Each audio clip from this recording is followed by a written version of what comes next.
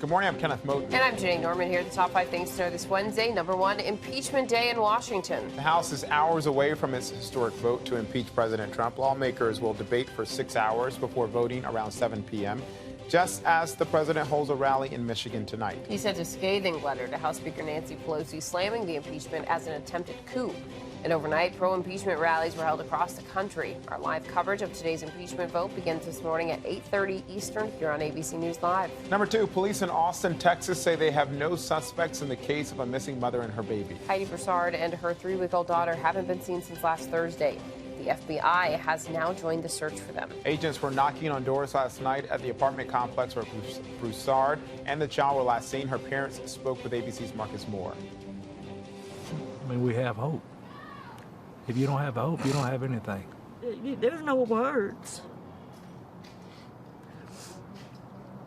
Nothing you can say but just hug and love and hold on.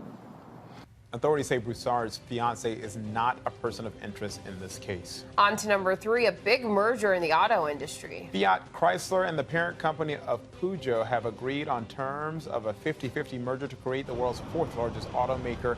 They haven't decided yet on a name for the new company. They say they will not be closing any plants. It comes one day after Ford announces creating 3,000 jobs in the Detroit area, investing more than $1 billion in 2 plants to make trucks and SUVs. Number 4, we're seeing an image of a young girl who lived 5,700 years ago thanks to a piece of Stone Age chewing gum she discarded it in Denmark. So check it out, an artist's rendering of the girl researchers are calling Lola. It's based solely on DNA extracted from a gum-like material made from a birch tree. It's the first time a complete ancient human genome was constructed from something other than bones. In addition to Lola's appearance, scientists could tell she was lactose intolerant and her diet included hazelnuts and duck. Her name was Lola. And finally, number 5, with only a week before Christmas, many of us are under a lot of stress. A new survey finds 77% of Americans find it hard to relax during the holidays, paying for all those gifts. That was the top concern cited, followed by stressful family events and the search for the perfect gift for a loved one. Don't be stressed, people. Don't be stressed. Don't be stressed by the fact that we're now sitting and not standing like we usually are. We're a little stressed We like about to it. mix it up a little bit. Just a little bit.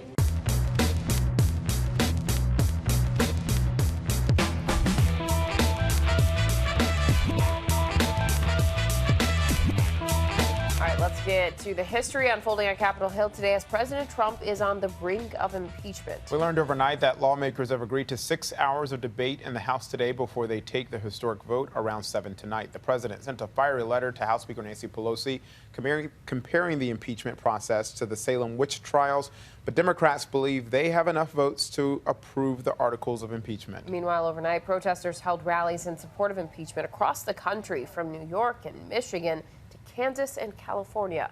ABC's Inez de la Quatara joins us now with the new details on what's ahead today there on Capitol Hill. Inez, good morning. Good morning, Janae and Kenneth. That historic vote now just hours away, with the House meeting at 9 a.m. Eastern this morning to begin debating those 2 articles of impeachment against President Trump, and a final vote expected later this evening. Capping off months of investigation and weeks of public hearings, today the U.S. House of Representatives is set to impeach President Trump, just the 3rd time in U.S. history that's ever happened. President Trump is accused of obstructing Congress and abusing the power of his office for personal gain when he pressured the leader of Ukraine to investigate his political opponents. And Mr. President, do you take any responsibility for the fact that you're about to be impeached? No, I don't take any, zero, to put it mildly. In a scathing 6-page letter to House Speaker Nancy Pelosi, the president slamming impeachment, calling it an illegal, partisan attempted coup, and accusing Pelosi of declaring open war on American democracy, and adding more due process was afforded to those accused in the Salem witch trials. Speaker Pelosi responding on CNN, calling the letter ridiculous. I haven't really fully read it. We've been working. I've seen the essence of it, though, and it's really sick. And in her own letter to Democrats, writing, "If we do not act, we will be derelict in our duty." After a procedural vote, House members will get one last chance to debate the 2 formal articles of impeachment. They'll have 6 hours to do so, with time equally split between parties. The final vote will be held immediately after and is expected to pass along party lines, with even many moderate Democrats from Trump swing districts coming out in support of impeachment. I wasn't elected to do what's politically safe. I was elected to do what I think is right. Lawmakers are now looking ahead to that impending Senate trial. Democrats want to hear from 4 witnesses that the White House had initially blocked from testifying, but Senate Majority Leader Mitch McConnell has already indicated he has no intention of calling witnesses. Janae Kenneth. Inez, thank you. ABC News will have live coverage of today's impeachment vote streaming at 8:30 a.m. Eastern. Meanwhile, the House has passed a $1.4 trillion spending package to avert a government shutdown. The bipartisan legislation includes increases for domestic programs favored by Democrats, as well as a boost in military spending, a priority for Republicans. It's separated into 2 bills, which the Senate and President Trump are expected to approve before Friday's deadline. Former Trump campaign chairman Paul Manafort is in the hospital. He's been serving a federal prison sentence on charges related to special counsel Robert Mueller's investigation. His attorney says Manafort is in stable condition and that his family is being kept in the dark. Sources say the 70-year-old Manafort is suffering from a heart-related condition. Meanwhile, Manafort's former deputy has been sentenced to 45 days in jail and probation after pleading guilty to charges related to the Mueller investigation. The judge admitted Rick Gates has been extremely cooperative with investigators, but the crimes are too serious and some time behind bars is necessary. Gates will serve the jail time on weekends during the 3 years of probation. The U.S. military says it's keeping a close eye on a Russian spy ship that's been sailing off the southeast coast. They say that ship has been moving south for days while operating in a way that's considered unsafe. ABC's Martha Raddatz has the details. The Russian spy ship Viktor Leonev spotted in international waters, sailing down the coast of the southeastern U.S. Its behavior erratic and dangerous. Sailors from Charleston to Savannah to the port of Jacksonville warned to use extreme caution because the ship is operating in an unsafe manner. The Russians, now east of the Bahamas, failing to respond to calls from commercial vessels trying to coordinate safe passage and failing to use running lights even in low visibility. The U.S. has been tracking increased Russian activity in international waters, while overseas in the eastern Mediterranean, U.S. Navy Rear Admiral William Houston telling David the U.S. is aware the Russians are trying to send a message. They absolutely are. And we're watching them very, very closely. You are? Yeah, there's really not a day where we're not watching them every single day. The U.S. has a Navy destroyer, the USS Mahan, shadowing the Russian ship off the U.S. coast. The Leonev also made headlines in 2017 when it was spotted near a U.S. submarine base in Connecticut and then docked in Havana, Cuba for a week before reappearing at another U.S. submarine base off the coast of Georgia. The biggest concern with this ship is that there will be a collision at sea. It was just last June in the Philippine Sea that a Russian ship almost collided with a U.S.-guided missile destroyer coming within about 100 feet. Martha Raddatz, ABC News, Washington. Our thanks to Martha there. New York City police now say the apparent abduction of a teenage girl was a hoax. The surveillance video struck a nerve. It showed a mother and her 16-year-old daughter walking along a street when suddenly 4 men appeared and dragged the teen off. The girl was found unharmed, and police say she confessed that she set it all up because her mother is, quote, overprotective. A source says the mother wants to move back to Honduras, but the teen doesn't want to go. A prominent architect has been killed in New York. Witnesses say she was hit by debris that fell off a building under renovation. 60-year-old Erica Tishman was walking near Times Square when part of the building's facade fell onto the sidewalk. Records show the owners were cited earlier this year for damage above the 15th floor that could pose a hazard to pedestrians. Officials will now investigate whether scaffolding should have been installed. Now to what's being called a Christmas miracle in Florida. A young sister and brother are back with their family this morning after they were missing for nearly 3 days. We're now learning more about where they were and the one request they had after being rescued. This morning, the new picture showing the missing brother and sister from Jacksonville, moments after they were rescued, holding water and snacks, covered in dirt but alive after spending 3 days in the woods. It's a miracle, Christmas miracle, and it's a blessing. 6-year-old Braxton and his 5-year-old sister Bria seemingly vanished on Sunday morning when they were playing in their front yard. For days, rescue teams searched as their family pleaded for their safe return.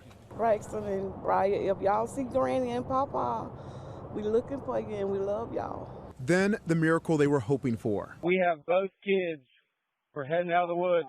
One of the rescue team members heard a voice, thought was a child's voice, and so they fanned out and started looking and actually found them and heard them talking. Braxton and Bria found inside an old pump house in the thick, swampy woods where they had taken shelter a quarter of a mile from home. They're alive and they're well, and it's amazing.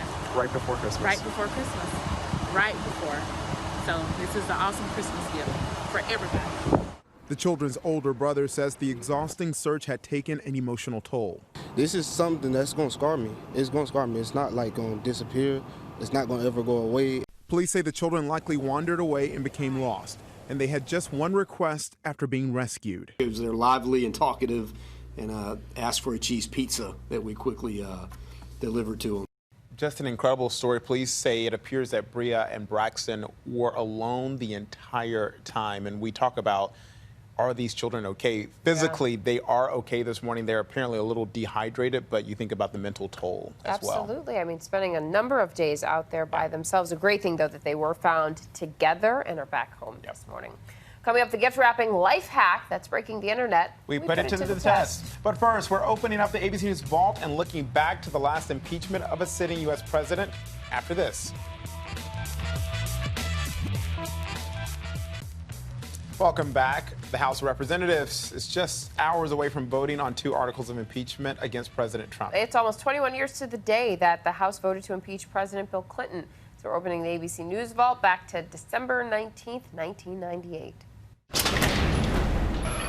On World News Tonight this Saturday. Article 1 is adopted.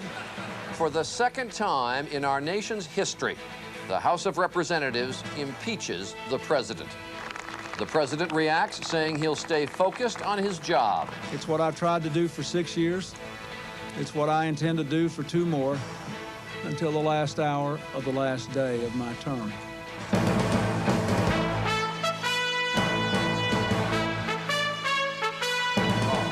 Good evening. I'm Charles Gibson. President Clinton has been impeached. The House of Representatives today approved 2 of the 4 articles of impeachment, accusing him of perjury and obstruction of justice.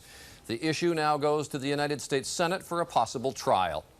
In the House today, it was a partisan vote, and it will have repercussions not only for this president, but for the presidency itself and for the House of Representatives. President Clinton was with his pastor while the House was impeaching him. ABC's Sam Donaldson has the reaction from the White House.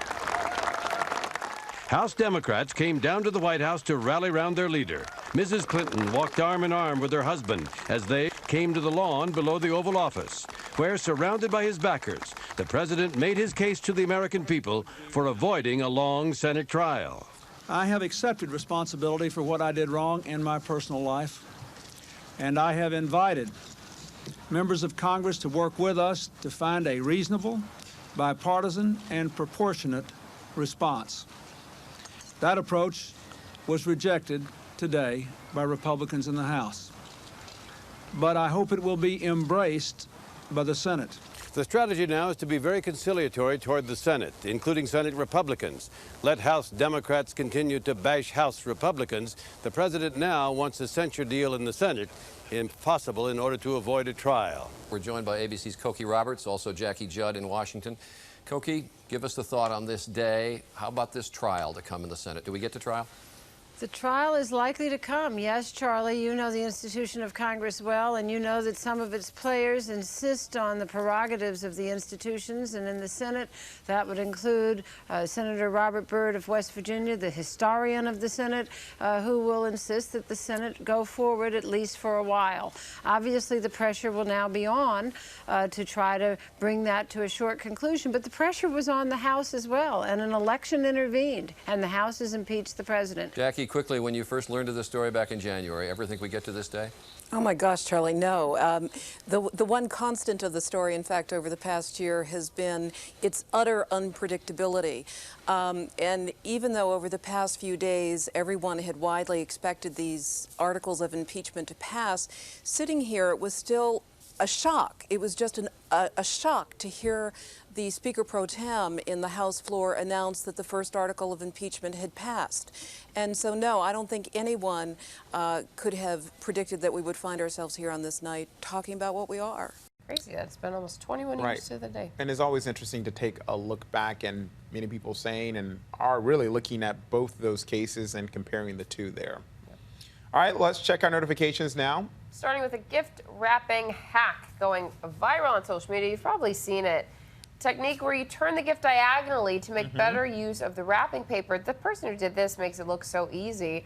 So we tried it earlier on World News Now. If I move it this way, diagonally, and go here, you have your tape ready, and go here, okay, then do this. Oh my God, it works! Oh my goodness! But why does yours still look like trash? Because it's for you. Merry Christmas. Yeah. Yeah, I mean, works better for the guy in the video. I like when you see things like that on, on social media, and it actually works. Yeah. So cool. Hey, next up, another life hack. This one from a mom whose toddler wouldn't stop crying when she left the room. So they got cutouts. Got cutouts, and now the baby's like, okay, that's you. One of her standing, one of her kneeling down like she's playing with the kid. But I heard the baby say, Mom, you're pretty stiff. Haha. Next, police in Southern California say an artist appears to have sketched the man who stole his money. Detectives say this is a caricature of the suspect in a robbery at Riverside's Festival of Lights this month. The guy asked the artist to make the drawing. When it was done, the suspect grabbed a bag with about $500 in it and ran off, but he left the picture behind. Police posted it on Facebook with a message, do you recognize this caricature? And no, we are not kidding. And there's still time to buy a unique holiday gift from Europe for less than $60. You can now own a piece of a French castle. It's in the western part of the country and once served as a home for French medieval nobility.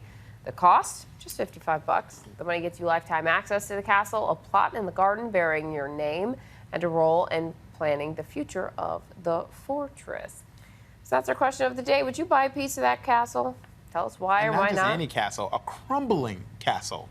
I wasn't going to insult the property like that. Tell us in the comments. I would. Or tweet us at ABC News Live. Let us know. All right, get ready for some good times tonight at ABC and some All in the Family. The network is bringing us an episode of each of the hit shows with A-list stars. ABC did this in May with an episode of All in the Family and the Jeffersons, and like in May, the actors will perform live. KABC's George Pinocchio has a preview from LA. Is it easier the second time around? So far, decidedly no. Woody Harrelson returns to the role of All in the Family's iconic character Archie Bunker in a second episode of Live in Front of a Studio Audience. Marissa Tomei is back as Edith, so are Ike Barinholtz as Mike and Ellie Kemper as Gloria. Justina Machado joins the cast in an unnamed role. These are icons who played these originals, so you don't ever want to, I think it's a fine line to sort of toe, because you want to make it your own, but these people already did such a splendid job of creating them in the first place. Great. It's a different take, but those words are still the same, and the message is still the same. It's just us as actors interpreting it our way. I just think it's the strength of the comedy that just made it withstand all these decades. Another classic comedy from writer-producer Norman Lear will be featured, Good Times. Taking over the roles from Esther Roll and John Amos, Viola Davis and Andre Braugher. Working opposite her is just a joy to see it come together, to see it burst into flame, you know what I mean, to finally ignite. And so I'm really looking forward to this live thing that we're doing on Wednesday. Jay Farrow tackles the iconic part of their son JJ, originally played by Jimmy Walker. There might be a few dynamites. I'm just letting you know. Maybe not, or maybe. I don't know. Ain't like I've seen the script. How will Jay Farrow's dynamite compare to Jimmy Walker's? It's going to be good. It's going to be good, trust me. You'll see Live in Front of a Studio Audience, All in the Family and Good Times, tonight at 8, 7 Central, here on ABC. In Los Angeles, George Pinocchio for ABC News. Can't wait to see that. It's going to be a good rebroadcast of, I say rebroadcast, because they already did, they do it line for line. It's going to be a good time. Yeah. Coming up, a busy day ahead on this Wednesday, December 18th. We'll tell you what to watch out for. Plus, the incredible display of sportsmanship at a high school wrestling competition after this. Here's what to watch out for today. The full House of Representatives is set to vote on articles of impeachment against President Trump after a marathon of debate. Stay with ABC News Live for live coverage, streaming at 8:30 a.m. Eastern until the final gavel. Meanwhile, President Trump is due at a campaign rally in Battle Creek, Michigan this evening. Democrats running for president are on the trail as well. Secretary Julian Castro is set to tour the downtown Women's Center in Skid Row in Los Angeles before holding a town hall in Pasadena. And Senator Cory Booker is scheduled to attend a roundtable with community leaders and hold a Boba with Booker event in Las Vegas. And Attorney General Bill Barr is expected to announce a new initiative to reduce violent crime in Detroit. Finally, from us this morning, a remarkable display of sportsmanship from a high school wrestler in California. Shane Hansen was losing during a championship match, but then his opponent dislocated his shoulder, forcing him to forfeit, giving Hansen the win. Hansen was awarded a gold medal, but during the ceremony, he shocked everyone when he gave the gold to his opponent, saying he deserved it because he was winning before his injury. Hansen says it was the right thing to do. I felt pretty bad because he was obviously winning that match and it wasn't my match to win. He's right here in this finals match and he's basically being given first place and he doesn't want it. The opposing coach sent a letter to Hansen's school saying, "I've never witnessed such an amazing display. Shane Hansen brought me to tears with his sportsmanship." The other kid, he dislocated his shoulder and he lost. Talk about a sore loser. Thank you. No, he's a good kid. I'm pretty sure. That's it from us today. That's it. We really got to leave it there. That's it. We'll see you there. Have a good one. See you later. See you tomorrow.